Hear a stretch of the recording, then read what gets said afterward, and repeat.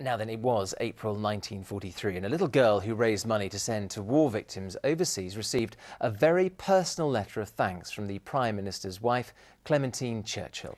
Well, the girl grew up to become the best-selling author Barbara Taylor Bradford.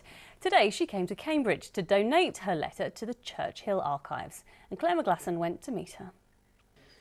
Barbara Taylor Bradford has written 31 books and sold 9 million copies.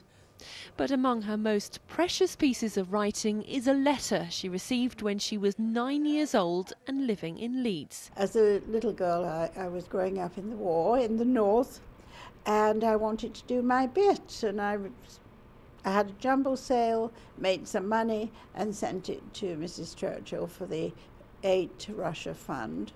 In return, she received a note from number 10 Downing Street.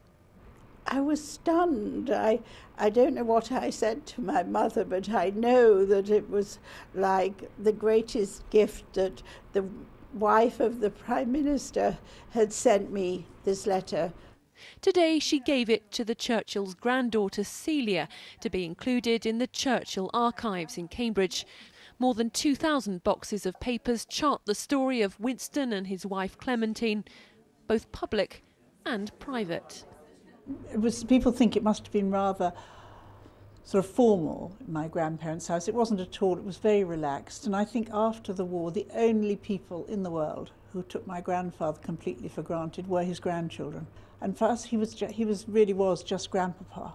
But it's Churchill, the Prime Minister, who appears in Barbara Taylor Bradford's new novel, Churchill the Icon, who her own father, Winston, was named after. There you are. That's lovely. For me, the power of these archives is that they plunge you back into the moment. And you can certainly see that when you see Barbara looking at the letter that she received as a young girl.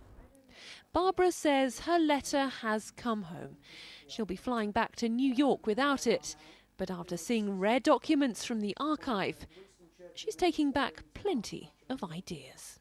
Claire McGlasson, ITV News, Cambridge.